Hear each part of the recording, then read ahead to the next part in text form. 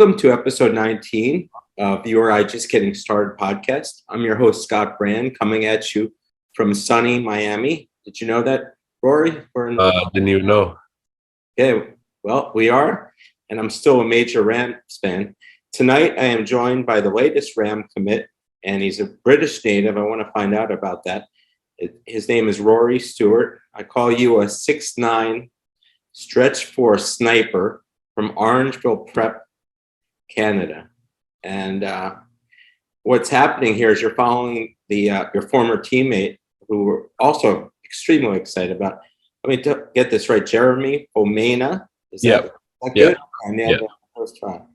And how are you doing, Rory? Thanks for coming. Obviously, it's an exciting time for us, but it must be a very exciting time for you too. Yeah, definitely. I mean, I'm doing well.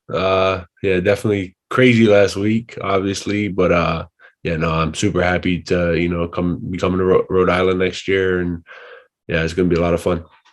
So, what was the craziness like? I have no idea. No one ever recruited me. So I'm a 0-star recruit. Tell me some of share with me some of the stuff you can, at least. Yeah, I mean, it was. I came on my visit last Tuesday, Wednesday. I mean, it was amazing. Went out. Obviously, we went out for dinner with the coaches and all that type of stuff. And then on the Wednesday, we went tour around the campus and met a lot of amazing people who have everything to do with basketball and obviously saw the Ryan Center, which is a hell of an arena. I'm super excited. Yeah. We're back in the Ryan Center. Super excited right there.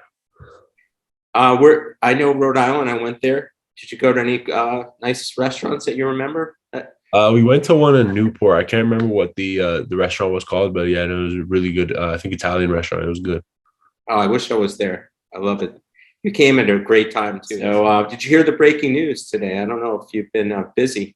Yeah, I've been super busy today. Wow. Yeah, this is breaking news. Orangeville, they opened up a new school. It's called Orangeville South, and it's going to be in Kingston, Rhode Island. You got me there. Sometimes people don't understand. My jokes don't have quotes. No. I'm curious. You're a Canadian. We don't have had too many. I believe Ben Eves in 2010-ish time was a Canadian player, pretty good transfer. But you're originally from England. How did that work out that you wound up in Canada? And so obviously I was born and raised London. But then I think it was 2014. We were honestly looking for, I'd say, a little bit of change. Just my family, my dad had always lived in London. My mom and dad had always lived there when they were together. And then my dad actually got like a work job out here. So that kind of, we obviously were looking for something new already. So that was kind of meant to be, I would say, and definitely something that we all didn't. I would honestly say at the time didn't really want to move. Obviously at that age, I didn't want to leave my friends. And we obviously still have family back there, but And then when we moved here, basketball came, and then that's when I fell in love with it, and I never looked back since. Wow. Yeah. And generally, let's just go right to the videotape. The reason why I picked out this video, a lot of the same video has been going around. I found some on your Instagram page. I was snooping around a little bit today. Right. But people in general, first of all, no one knew you were coming, I don't think. It just came out of the blue. I'd like to hear the backstory on that after we do the video. But this one shows that you have an inside game. And that's why I chose this. And I think this was a surprise, at least for me. I think a lot of others would. It was like stretch 4, 6'9" guy that just has the most fantastic shooting form. And now we're reading into it a little more, and you can play inside, which is refreshing. So that's why I picked this video. And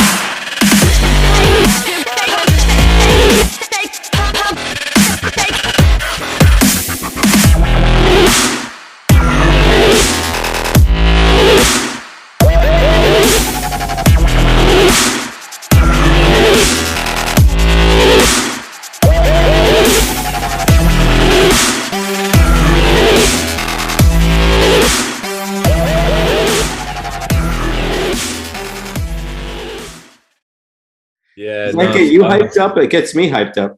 Yeah. So obviously, main shooter at heart. But I think that's something that kind of went into my whole last year. When talking to, the coaching staff and all that, I think it was something that, the inside game, I didn't really want to be a one-dimensional player that was, just a shooter. I wanted to be something that could do both, keep the defense on their toes, and then they never really know what to do with you, if I'm being honest. And then that once developing that inside game, I found way more success. Not only obviously on the inside, but then that allowed me to be, more open on for threes, all that type of stuff. It kind of brought a whole different dimension and it made my game, a lot easier to play. Let's hear a little bit about the recruiting behind you and what was going on. Yeah. So, obviously, as you can see there on the right, I was talking to a fair amount of schools. They had their eye on me, but I think that, well, honestly, I have to talk about Coach Tony from Orangeville. He was our head coach, and Coach Woodward too. So, Coach Woodward they have a mutual connection. They're good friends through basketball, and I think that Coach Woodward, they saw they're probably, I would say, lacking, and they don't really have any forwards. Obviously, they signed me and Jeremy now, so they have a few more. But coming into this year, after the transfers, they didn't really have any forwards. So Coach Woodward, obviously, being an assistant coach, he was reaching out, seeing what there was, coming out of high school as well as on the transfer market. He talked to Coach Tony, said, you have any forwards? And Coach Tony said, I got two one-side forwards, me and Jeremy. And that kind of started that relationship between Coach Woodward and I and Coach Tony. But yeah, then it kind of came around. We were talking for a while before that. And then they kind of said, okay, we want you to come down and take a look, see what you think. And it came to the point that they said, if you want it, it's there for you. And after coming down, taking that visit, talked to me and my parents, and again, back to Coach Tony. We said that, it'd definitely be somewhere that I want to continue my basketball journey. Sounds like you hit it off with Coach Woodward. Yeah, he's super, super great guy. Obviously, he was at Seton Hall last year, which is kind of where, through the whole recruiting world, that's where Coach Tony knew about him. And then, super, super great guy. And he's I think I like the thing that we get along is and same with Coach Miller, is we all, we're super, super competitive. And I think that's the thing that they like about me is I'm one of those guys that's, is going to play my game, but also do whatever I can to help the team win. And that's all they really want is winners. Now I'm going to ask you a question, Rory. Is there anyone else coming from your school? Is this good, or is this it? Are we going to hear next week about some other great player that's from Orangeville? I mean, as of right now, as far as I know, this hopefully, I mean, I'm not going to say hopefully, because, I'd love to play with all the guys I played with this year. Yeah. But as of right now, as of right now, I have nothing to say. Okay.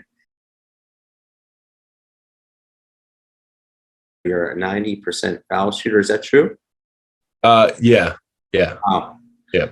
Are you familiar that we were, as a team last year, 62%? Yeah, I didn't know the exact percentage, but I heard there was some, troubles at the foul line. Yeah, that's a political way to say it. We were about 355 in the nation, but whatever it is, it looks like Coach Miller has an eye on people that could shoot, foul shooting, and getting the right players that fit in, which is very important. And I also heard that you could move into the 5 if needed. Yeah, so I mean, as a 6'9" frame, I have obviously the height that I need, but I think that after this past year, I'm able to play the 5 with that inside game, and I also think it's special if I play the 5 because then I have, if I'm playing, my shooting spot, I would almost call it. I think that when I have a 5 guarding me, it's something that, they can't really, it's hard for them to guard, a big man guarding a player on the outside. So I think that's something that's really special there. Yeah, that's a good point. And there's been some cases this last season where Jeremy got into foul trouble and you came in and played his position. Yep. So, I mean, I'm not saying that comparing Orangeville to that of URI and the Atlantic 10, but it'll come, I believe. So there was this great tournament that you played in, the Lighthouse Classic. Let me hear about that too. Yeah, I mean, yeah, I mean, it was a hell of a tournament. But yeah, I came out. I think I came out 4 for 4, 5 for 5 from 3, and I just kept shooting. I think I ended off like 6 for 9, 6 for 10 from 3. But yeah, it just came out, and it was just one of those games where against Hamilton Heights where it just all fell right for me and all that type of stuff. But super special game. I think it was really good. There's a lot of people there, great crowd, and out there in that tournament in Mississippi, it's just a really well put together tournament. They get all the local guys out, and we played a good team, and then we went on to play Dream City in the next game, and I shot well in that game too. So yeah, I don't know what it is. Maybe it's just the gym, but yeah, definitely like that. Like that basket, huh? Yeah. Softer rim. And then I also like the 8 rebounds I see here. And these are the guys that had a great year. We see you at number 15. Yeah. And I'm blocking. Yeah, no, these are my guys right here. Right. You guys right here. That's Jeremy on the far right. Yes. Be playing with. These are my guys. And a little more about Orangeville. It's a great school. And a guy named Jamaal Murray played there. Yeah, I mean they have a lot of alumni. Thon Maker too played in the NBA, and then they got Lugan Dort and Ignas Brazdeikis playing in the NBA, and they got a lot of guys in college too. They're really successful, school, and I think that the reason that they're so successful is they prepare guys to a really high level to play in college and to play in the NBA. It's almost like it's like a college before college, I would say. And I think it's a really great spot. Love that. Right here, you see Orangeville, and the type size is just enormous. Yeah. It looks like it doesn't look like a high school. Obviously prep is more than high school, but it looks like a tough place to play. Oh, definitely. When that crowd gets coming in, it's definitely a tough place to play. It's a really, really great facility they got there, and you don't see it, but there's a great weight room there, and everything's just super professional.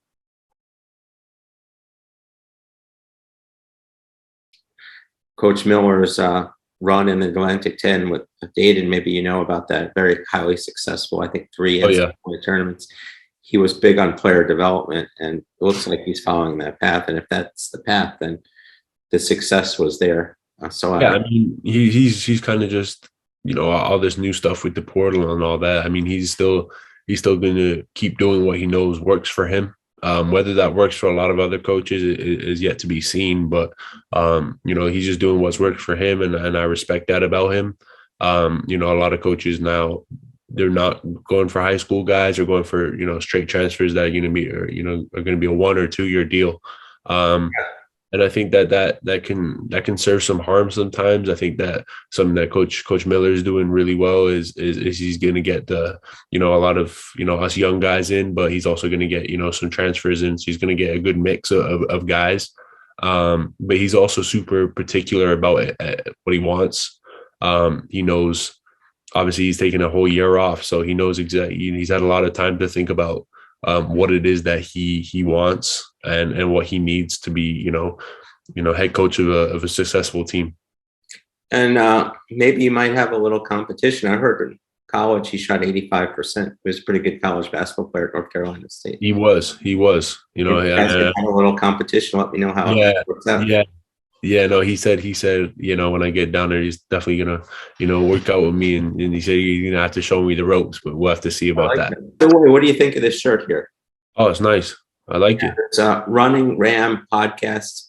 Yeah. No, it's with the NIL, with all the endorsements, maybe you could be the person who wears these shirts. Oh yeah. We'll get some proceeds that go to school to get even better facilities, and we're getting facilities. You excited about the practice facility, by the way?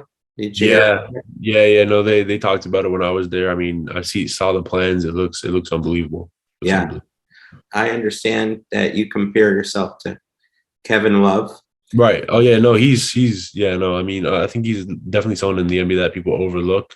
I mean, he's had a long career, and I think that his game and what he does is the thing that's allowed him to be in the game that long. Yeah, and if you draw a comparison, you're not yet his size, Right. pretty big dude, but you're known for your passing. It's been also you're known for your footwork, from what I hear. What are some of the skills that you already possess that are similar to Kevin Love?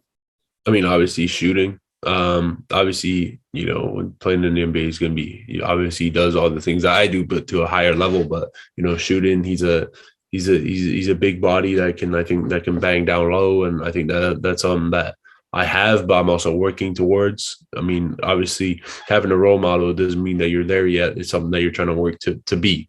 So I think that that's something that I always look at, and I think that the thing that separates him like the most from other players is he has an extremely high IQ. He understands the game at a really high level.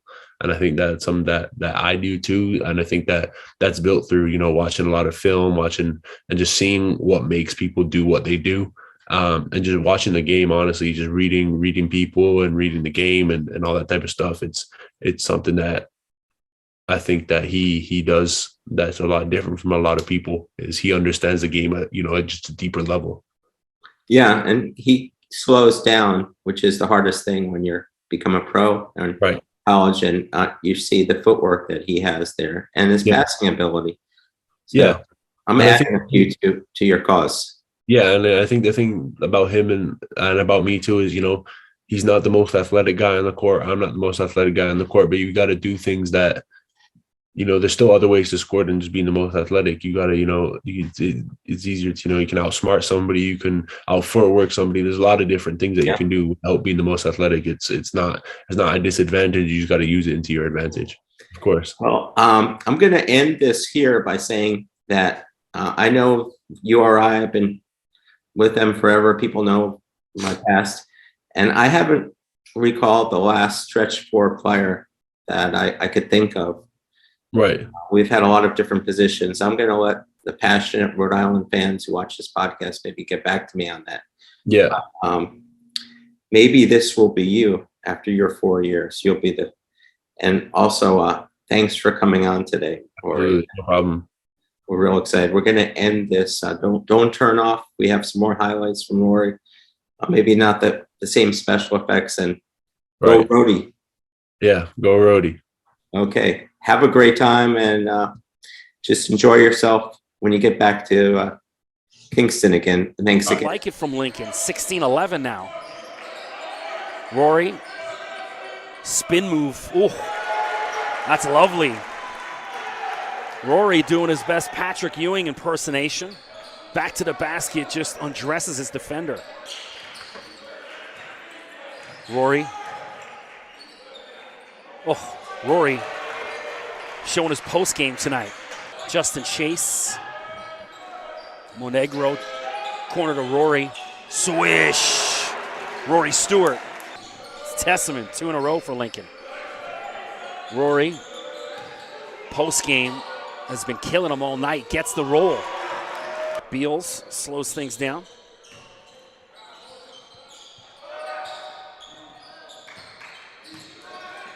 Rory. Oh.